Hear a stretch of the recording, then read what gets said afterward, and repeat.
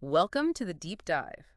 So today, you've brought us something pretty fascinating. Excerpts from How to Defend Yourself, Cane Fists Dirty Tricks by, let me get his name right, yeah, Georges Dubois, Right. a master at arms. It was translated by M.P. Lynch. Yeah. So what makes this so interesting, I think, is that it's this historical perspective on self-defense. Hmm. Like, how did people, I don't know, 100 years ago think about defending themselves? Right. Everything from, everyday accidents to, full-on fights. Yeah. It even goes into dueling, It does. which is kind of... Quaint now. A quaint idea. It really is a remarkable collection of perspectives on personal safety from a very different time. Yeah. And I think our goal today is to uncover the surprising, the memorable, and maybe even the still relevant insights, that are contained within this manual. Right. It's not just about the techniques themselves, but it's about understanding the mindset around danger and resourcefulness that Dubois was advocating for. Absolutely, yeah. And this manual is incredibly wide-ranging. Oh, it's wide-ranging. Like, he covers everything from, like, you need to have a level head and courage, right, to the sort of everyday dangers that you might not even think about, and then gets into, like, the cane and using your fists and kicks. And then there's even a section, there's advice for women. Oh, that's right. How to handle situations like fire. Right. Like what to do if there's a fire. There's a specific attack scenario called the Father Francis attack, which we'll get to. That's right, yeah. That's a memorable one. It is. And then he also talks about, like, defense from the ground, some jujitsu, basic jujitsu ideas, using a chair as a weapon, dealing with runaway horses, Right. garden ambushes, home security. There's this whole section called Hell is for Thieves. Hell is for Thieves, yeah. I love that. Great title. And then there's, dangers in the country, theater fires, concealed knives. Wow. And even, like, the protocols of dueling.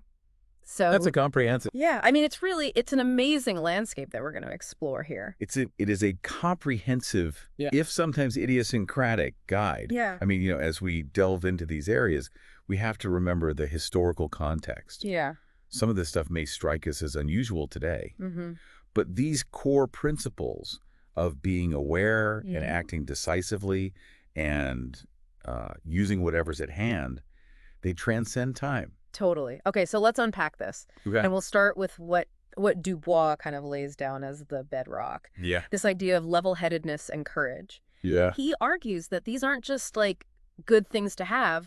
They're essential. Right. If you're going to face, like, a really dangerous situation. Yeah, and he stresses that in those high-pressure moments, Yeah. right, when you feel threatened, Yeah. that the initial shock and confusion you might experience Ah. can actually be the most debilitating factor. Right. If you can maintain calm, Right. then you're much more likely to find a solution no matter what the situation is. Absolutely. Yeah. And what I thought was really interesting, he actually says that, a lot of the techniques he describes have this humorous character. Yes, yes. And he says that that's a way to make them more memorable. Right. Like, it's easier to remember if there's something, like, a little bit absurd or a little bit funny about it. Yes. And then when you're under, like, duress, you're more likely to recall it. Right. So. It's a fascinating insight into how the mind works under pressure. Yeah. Right. Yeah. If you can inject a little bit of humor, even into something serious, you can create a stronger cognitive link. Right. And so that way you can remember the information easier. Yeah, it's like a little mental shortcut It's a shortcut, yeah. in these stressful moments. Yeah. So now Dubois is very critical of relying solely on very elaborate martial arts training for like a real street fight, Right. And he talks about the banal simplicity of how a lot of criminal attacks actually happen. Right. So somebody who's overly reliant on, like, a very complex technique might actually be at a disadvantage. He actually uses this great example of a French boxing champion Oh, yeah. who, encumbered by street clothes and an overcoat, Right. is easily subdued by a simple bear hug. It's the idea that the skills are there, Right. but the context makes them very impractical to use. Yeah. It's like a concert pianist trying to box with gloves on. It just doesn't work. So he makes a point. He's like, look, many of these defenses are pretty straightforward. Yeah. And they can be employed by somebody who's not, like, a huge, Right, yes. powerful person, Yeah. So it's almost like this David and Goliath Right. approach to self-defense. So Exactly. And the emphasis is shifting from needing years of dedicated training, Right. complex maneuvers, and it shifts into focusing on practical, immediately usable techniques Right. Yeah. that target specific vulnerabilities. It doesn't matter about the attacker's size or their apparent skill level. It's a more accessible approach to personal safety. Totally.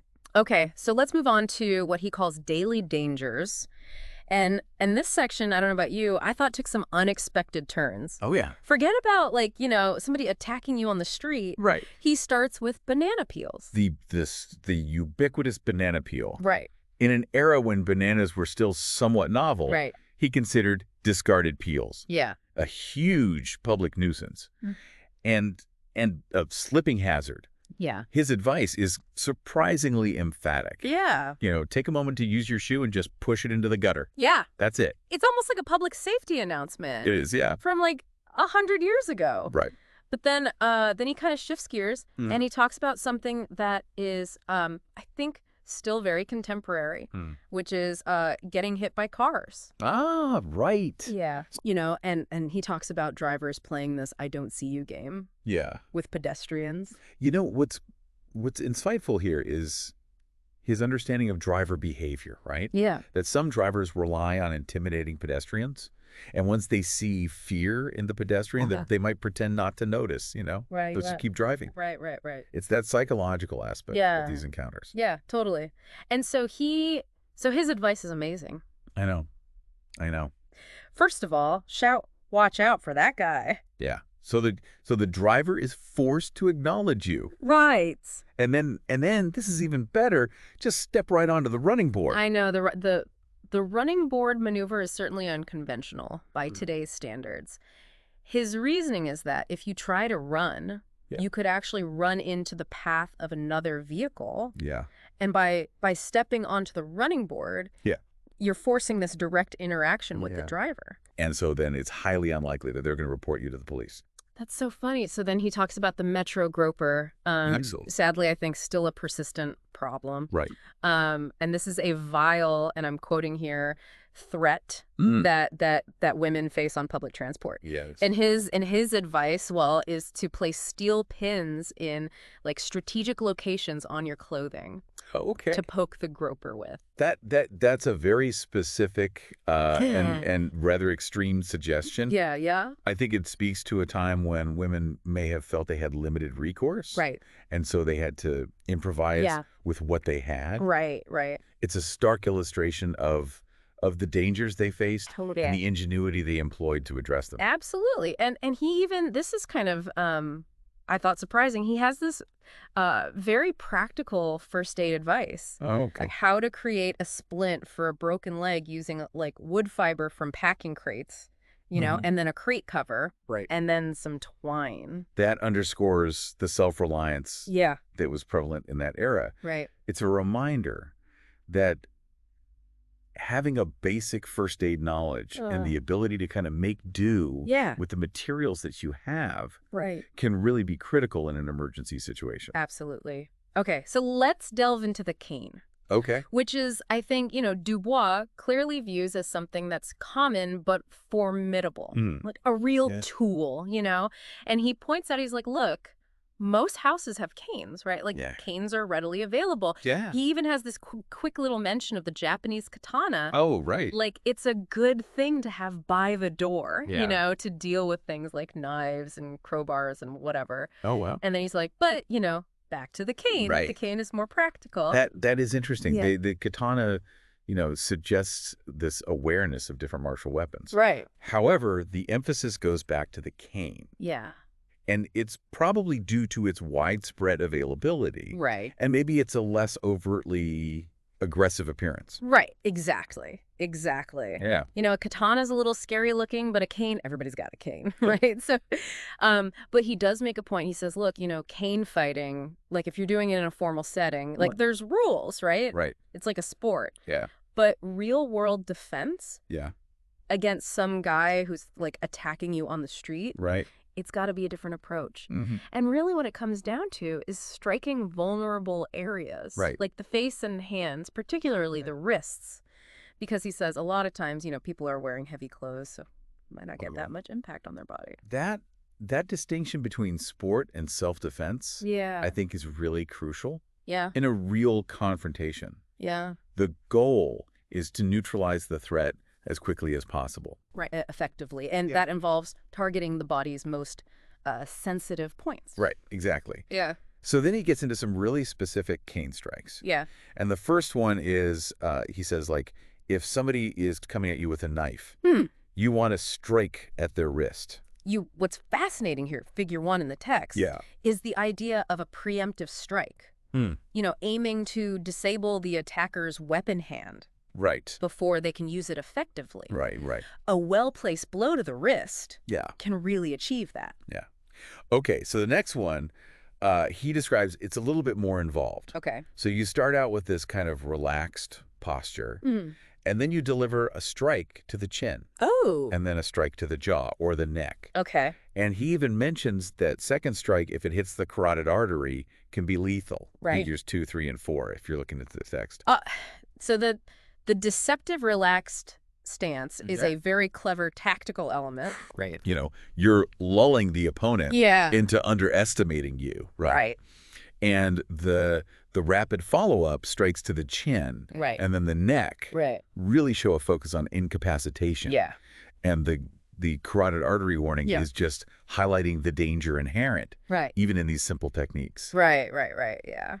So then he talks about reaping the knees.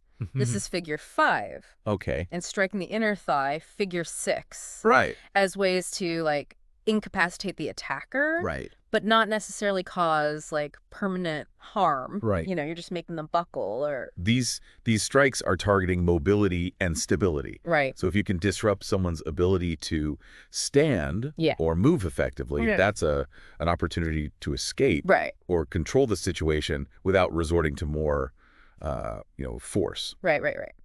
Okay, so then he's got a strike to the upper back or trapezius, figure 7, which is specifically intended to cause numbness in the arm, trying to stop them from using that arm. Right. And then there's some pretty, I don't know, what would you say, forceful ones. Right. Smashing the toes. Yeah. And then kind of a crosswise thrust Right. to the face with the cane held in both hands. Right. Which he says could lead to, like, teeth being broken. Right.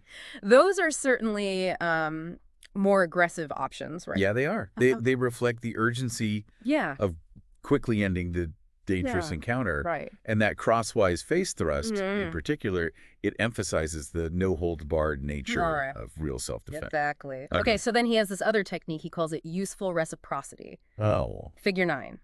So if somebody grabs your cane and they pull, you pull back. Right. And so that makes them pull even harder. Yeah. And then you use their momentum to thrust the cane upwards into their throat, their chin, their teeth. Like, this is a brilliant example of using the attacker's own force against them. It's so smart. Yeah, it requires a degree of awareness and timing. Right. But it can be really effective. Yeah, it's really clever. Okay, and then he talks about multiple attackers. So if there's a bunch of people coming at you, he says, hold the cane with both hands, cut out to your side, strike to the left and the right. Okay. Kidneys, sides, and stomach. Okay. Just above the belt line. Okay. That's figure 10. So this wider stance is giving you that defensive perimeter. Yeah. Allowing you to address multiple threats. Right. At the same time. Yeah. And, hitting the torso can be very effective in discouraging further aggression. Okay. And then there's this retreating thing. So you pretend that you're going to sweep at their knees. And so that makes them lean forward. And then you abruptly smash their nose. Wow. Figure 12. And he's like, a couple of weeks in the hospital for that. Right. So again, we see that combination of tactical thinking and an understanding of the potential impact. Right. The feint is there to introduce this element of surprise and misdirection. Totally. Okay, so finally, with the cane, he's like, look, ideally, it's going to be a heavy hardwood. Right. And he's like, here's how you can practice at home. Take, like, a ball of old clothes. Okay. Hang it from the ceiling. And then you can also use like a scrub brush. Oh, okay. And those are your targets. Okay. Head and wrist strikes, figure 13. This is this DIY training regimen. Yeah. You don't need specialized equipment Exactly. to develop these fundamental skills. Yeah. And regularly practicing Yeah. helps build muscle memory, Right. coordination, distance and timing. Absolutely, yeah. Okay, so moving on to using your fists. Okay. Again, he's like, look, you got to be calm. Right. You got to be courageous, Oh, right? have courage. These are crucial qualities. And he talks about the importance of hitting sensitive areas, specifically the tip of the chin Right. and the groin. Those are indeed prime targets for a quick knockout. Yeah. Or incapacitation. Right. The chin is known for its vulnerability Yeah. to concussive force. Right. And the groin is obviously highly sensitive Yeah. and can cause immediate and debilitating pain. Okay, so he briefly mentions the hook Yeah. and the swing, right? Yeah. Like those are fundamental punches. Right. But then he really wants to draw attention to the close quarters uppercut Okay. and a, quote, little known strike with the second row of knuckles to the chin, which can, he says, dislocate the jaw. Right. So, I mean, why is he focusing on close quarter strikes? Because, in a self-defense scenario, Yeah. you might not have space, Right. for these extended boxing maneuvers. Right. Yeah, exactly. And so that specific knuckle strike yeah. really suggests a way to deliver, Yeah. focused power Right. in tight situations. Right. Right. So if you're in a bear hug attack, his advice is pretty direct. Yeah. He says, deliver a sharp headbutt to the mouth, Right. and at the same time, bring your knee up into the groin. Right. Direct and likely very effective Yeah. in a situation where your arms are restrained. Right. Those are instinctive reactions. Yeah, Right? totally. Aimed at creating space Right. and pain Right. Exactly. to get the attacker to break their hold. Right. Right. Okay. So rear attack, if somebody comes at you from behind, he has this sequence of lifting the attacker's body, Right. striking the knees with your heels, followed by a backward headbutt. Right. And then you want to stomp on their feet with your heels. Okay.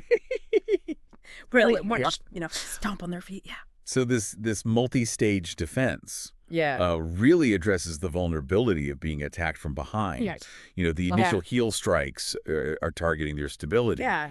And the headbutt and foot stomps are about causing enough pain and disorientation Right. that you can then escape. Escape, right. And then there's this technique, and he gives it this great name, Okay. jumping into a shallow hole, which is it's a counter to a rear grab. And it involves, you're grabbed from behind, you basically suddenly lift and throw your legs downward Okay. to destabilize the attacker. So again, it's about leverage and Right. unexpected movement, right? Right. To disrupt their balance Right. and give you an opening to counter or to get away. Yeah, yeah. And the name, I mean, Actually, it's great. it's such a great name. It really helps visualize the downward motion. Totally. Okay, so ground defense, you're on the ground. Yeah. And he actually specifically talks about this in terms of, like, a woman, if she's attacked while on the ground, Right. he suggests a pretty extreme measure Right. as a last resort, Yeah. slapping, grabbing the ears, followed by gouging the eyeballs. This illustrates. I mean, I guess he's just thinking Yeah. worst case scenario here. Yeah, it is the worst case scenario. Yeah. When you're facing a life-threatening situation, Right. He's advocating Yeah. using any means necessary. Yeah, yeah. And it's a stark reminder of the potential stakes Right. in those encounters. Absolutely. Okay, kicks. He calls the kick a, quote, formidable weapon, especially when you're wearing hard-soled shoes. Right. And he identifies the front kick as, like, the most universally understood Yeah. and effective. You can target the groin, the knee, the shin. Right. And he uses this great analogy. It's like kicking open a swollen cellar door. The front kick is, a fundamental self-defense technique. Yeah. Relatively easy to learn Yeah. and to deploy. Yeah. And he stresses that, you want to hit with the tip of the shoe. Right. Not the flat. Not the flat. Right. You're maximizing Yeah. the force of the impact Right. Exactly. on a smaller, more focused area. Right. Right. So if somebody grabs you, he says, look, don't raise your arms Right. because that exposes your body, right? Right. Instead, seize their lapels and forcefully stomp on their toes Oh, okay. with your heels. Or just do like marching kicks into Yeah. their shins and their ankles. Right. And if they step back, Mm-hmm. then you go for the groin or the stomach. If Oh. their toes are smashed and they're recoiling, he says grab their beard, their mustache, their hair, yank sharply. Or if they're clean shaven, Right. grab the nose and jam a fingernail into the nostril. So these tactics are all about disrupting the grip Yeah, and creating an opportunity to escape right, and focusing on low targets like the toes. right, It's often overlooked, right, yeah, but it can cause Yeah. immediate pain and loss of balance. right, And that nose or hair grab yeah, gives you further control. right. And then there's the knee strike, Yeah. which he says is incredibly powerful at close range, Right. specifically targeting the groin, figure 17. Okay. He's like, even a smaller person can really do a lot of damage. Mm-hmm. And he's like, all it takes is a little technique Right. and a calm demeanor. The knee to the groin is, a classic Yeah. and devastatingly effective technique. Yeah, totally. It requires very minimal windup, and it can deliver a significant amount of force. Totally. Okay, so now we move on to nighttime encounters.